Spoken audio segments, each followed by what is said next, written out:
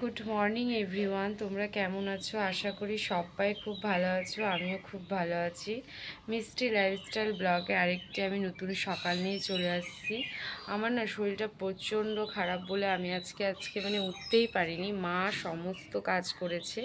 তো যেহেতু মায়ের আজকে ডিউটি আছে, তো আমি এদিকে রান্না বসিয়ে দিয়েছি। কারণ না পরে খাওয়ার দিলে না মানে পাঠালে আর কি খুব ঝামেলা হয়, কে যাবে, পরে আমাকেই যেতে হয়। ওই জন্য ভাবলাম যে মাকে সকালে করে দিই, মা নিয়ে চলে যাবে, তাহলে ঝামেলাটাও থাকবে না।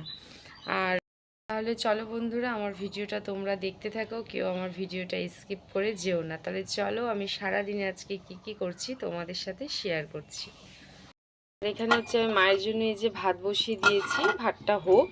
আর এখানে এই যে পটল পোস্ত করে দেবো মাকে। তো এই যে পটলগুলো এখানে ছিলে। আর দেখো বন্ধুরা, আজকে বোধহয় এটা দিয়ে বোধহয় 2 দিন হলো টগর ফুল ফুটেছে। আর এটা এই সিজনে আর কি এই টগর ফুলটা ফুটে, ভাল লাগে দেখতে। আজ এই যে টগর ফুলগুলো ফুটছে গাছে, তুলে নিয়ে আসলাম। তারপরে এখন জবা ফুল তুলবো, আরও ফুল আছে, এগুলো তুলবো, তুলে পূজা করব, করে টোরে নিয়ে তারপরে ডিউটি যাব। বৌমার আজকে শরীরটা খুব খারাপ, আজকে আমি সকাল থেকে বাসি কাজ করলাম। তাহলে দেখো বন্ধুরা, টাটা।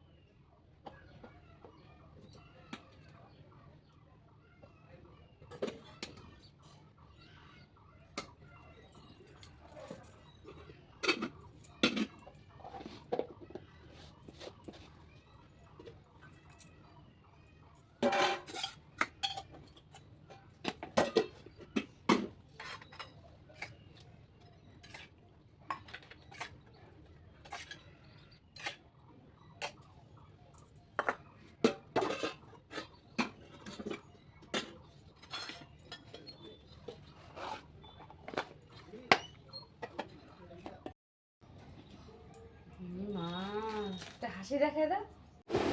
আর মায়ের যে এখানে এখন ডিউটি চলে যাচ্ছে, মায়ের সময় হয়ে গেছে, তারপরে আমি বাকি কাজগুলো আস্তে আস্তে সব করে নেব। আর বাবা এখানে এগুলো বাজার নিয়ে আসলো, আলু, পেঁয়াজ, শসা, 2 রকমের আলু এনেছে, কাঁচা লঙ্কা, এই যে শাক, পাট শাক, আর সব সবজিগুলো ঢেলে না জায়গা মতো আর কি রেখে দিলাম।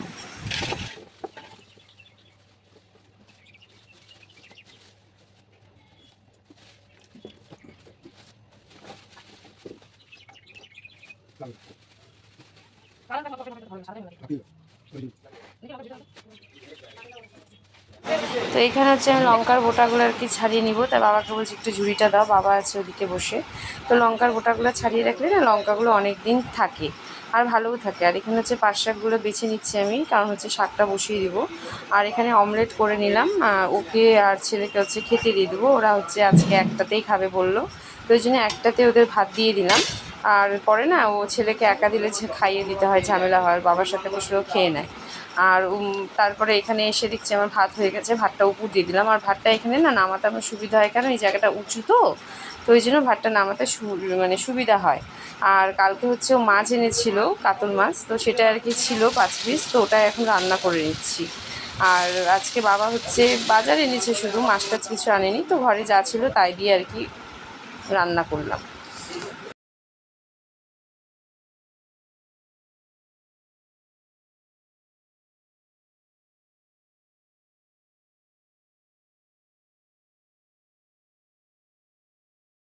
আর আলু টমেটো দিয়ে যেহেতু মাছের ঝোলটা করব, তাই এখানে কালো জিরা ফোড়ন দিয়ে পেঁয়াজ সোমবারা দিব।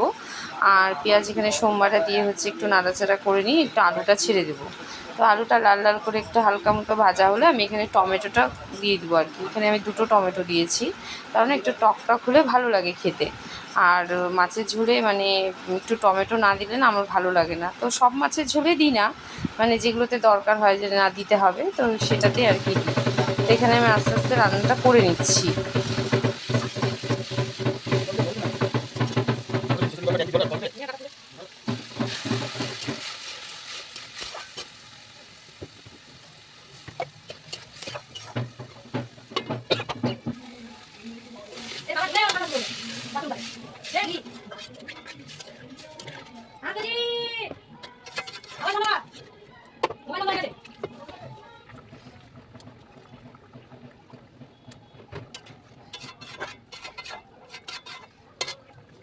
কি রান্না করছো গো? কি রান্না করছো? এই যে কাতল মাছের ঝোল, হুম কাটা মাছের, হুম এটা হচ্ছে গুঁড়া মাছের চচ্চড়ি, করলা আলু দিয়ে বেগুন দিয়েছি। হুম আর এটা হচ্ছে শাকের টক। আর এখানে পাট শাকের টক। হ্যাঁ, আর এখানে হচ্ছে 1 পিস পটল আছে, পটল পোস্ত। পটল পোস্ত। আর এটা হচ্ছে গুঁড়া মাছ বাটা, মানে বাবার জন্য, ও সকালে মাকে করে দিয়েছিলাম। আচ্ছা। বাবাকে এখানে খেতে দিয়ে দিলাম বন্ধুরা। তাহলে আমার ভিডিওটা আমি এখানেই শেষ করছি। তোমরা ভালো থেকো, সুস্থ থেকো।